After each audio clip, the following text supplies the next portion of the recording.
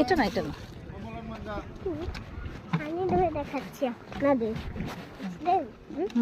নদীটার নাম হচ্ছে সুমেশ্বরী। না না ঘুরবো না।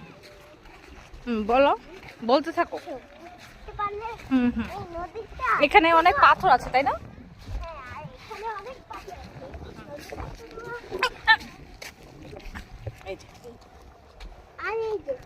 এই নদীটা শুধু দুর্গাপুরে আসলে বামের দিকে তাকাও।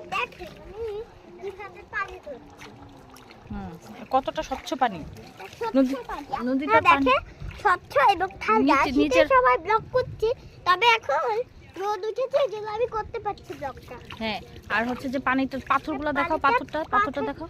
দেখে পুরা পাথর, দেখেন আপনারা, পুরা পাথর দিয়ে ভরা। অনেক সুন্দর তাই না? অনেক সুন্দর একটা জায়গায় আমি আছি এখন। আর আমি দুর্গাপুরে আমার নানা বেড়াতে এসেছি, এই জন্য এখানে একটু ঘুরতে এসেছি। এখানে অনেক পাহাড় আছে। আর এখানে অনেক পাহাড় আছে, পাহাড়ে ওইখানে যাব, আবার একটা ব্লগ বানাবো। এখানে ব্লগটা বানাচ্ছি। এখানে অনেক পাহাড়ি খাবার আছে। আর এখানে অনেক পাহাড়ি খাবার আছে। আর এখানে নৌকা যাত্রাও কিন্তু হয়। আজকে আমি নৌকা যাত্রা করবো না, আমি কিন্তু অনেক নৌকা যাত্রা করেছি জানেন, কিন্তু আজকে আর করবো না। নৌকা যাত্রা ভিডিওগুলো আমি দেখতে পারিনি, কারণ আমি তো জানতাম না কিভাবে ভিডিও করে, বুঝলেন?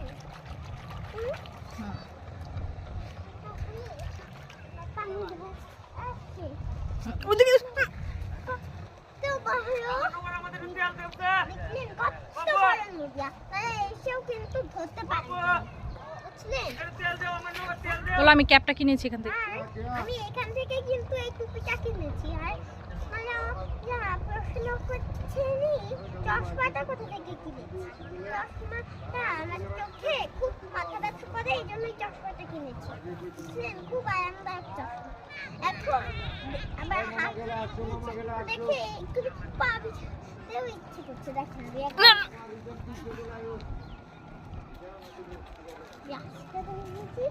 এখন দেখেন